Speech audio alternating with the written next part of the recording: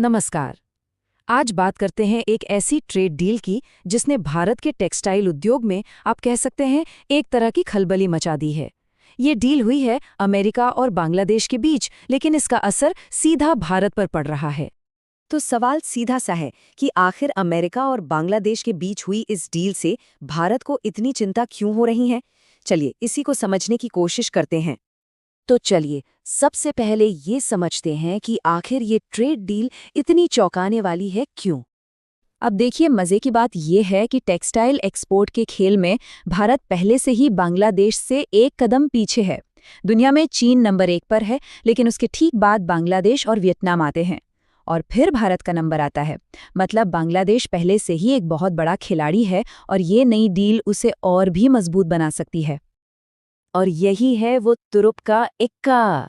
इस नई डील में बांग्लादेश को कुछ खास टेक्सटाइल एक्सपोर्ट्स पर जीरो टैरिफ का एक्सेस मिल गया है। आसान भाषा में कहें तो उनके कुछ कपड़े अब बिना किसी एक्स्ट्रा टैक्स के सीधे अमेरिकी बाजार में बिकेंगे। तो सवाल ये है कि ये जीरो टैरिफ वाला फायदा असल में है कितना बड़ा। चलिए इसे जरा और करीब से देखते हैं। ये स्लाइड आपको पूरा गणित साफ साफ दिखा देगी। जब भारत अमेरिका को अपने कपड़े भेजता है तो उस पर लगभग 18% का टैरिफ लगता है। दूसरी तरफ बांग्लादेश को अब कुछ आइटम्स पर सिर्फ 0% टैरिफ देना होगा। ये एक बहुत बहुत बड़ा एडवांटेज है। चलिए एक सीधा सा उदाहरण लेते हैं। मान लीजिए कि बांग्लादेश में बनी एक टी शर्ट की कीमत है 500 रुपये। और अब देखिए खेल कहाँ बदलता है। अगर ठीक वैसी ही टी शर्ट भारत में बनती है तो 18% अमेरिकी टैरिफ लगने के बाद अमेरिका में ग्राहक के लिए उसकी कीमत हो जाएगी 590 रुपये।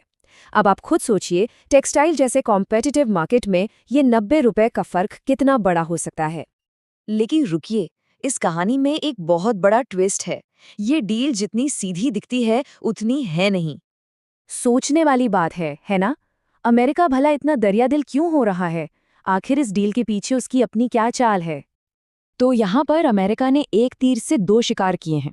पहला, उन्होंने भारत और बांग्लादेश के बीच जो थोड़ी बहुत खींचतान चलती रहती है उसका फायदा उठाया, और दूसरा, अपने देश में उगने वाले कपास के लिए एक पक्का पकाया बाजार तैयार कर लिया। और ये रहा सबूत। इस समझौते का ये क्लॉज सब कुछ साफ कर देता है। इसमें लिखा है कि बांग्लादेश कितना एक्सपोर्ट कर पाएगा ये इस बात पर निर्भर करेगा कि वो अमेरिका से कितना कपास खरीदता है। मतलब साफ है, जीरो टैरिफ का फायदा चाहिए तो पहले हमारा कपास खरीदो। पर यह कहानी सिर्फ कपड़े और कपास पर खत्म नहीं होती। असल में ये तो बस शुरुआत है। इस डील का दायरा बहुत बड़ा है। इस टेक्सटाइल डील के बदले में बांग्लादेश को कई दूसरी बड़ी रियायतें देनी पड़ीं। ये एक ऐसा सौदा था जिसमें एक हाथ से कुछ दिया गया तो दूसरे हाथ से बहुत कुछ ले भी लिया गया। अब जरा इस लिस्ट पर नजर डालिए कि बांग्लादेश ने क्या क्या वादे किए हैं।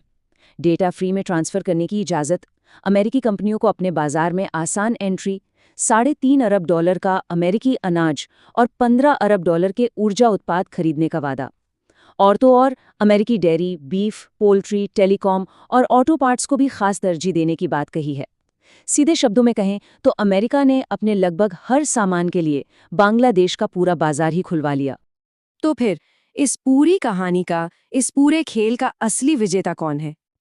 तो आखिर में बाजी किसने मारी, भारत ने या बांग्लादेश ने? दोनों में से कोई नहीं। असली विजेता है अमेरिका। उसने बड़ी ही चालाकी से 2 पड़ोसियों के बीच की स्थिति का फायदा उठाया और अपने लिए एक जबरदस्त डील पक्की कर ली। तो ये पूरी कहानी हमें एक बहुत बड़े सवाल के साथ छोड़ जाती है। आज के दौर में जब व्यापार सिर्फ व्यापार नहीं बल्कि एक रणनीतिक हथियार बन चुका है, तो आने वाले कल का आर्थिक नक्शा आखिर कौन बनाएगा?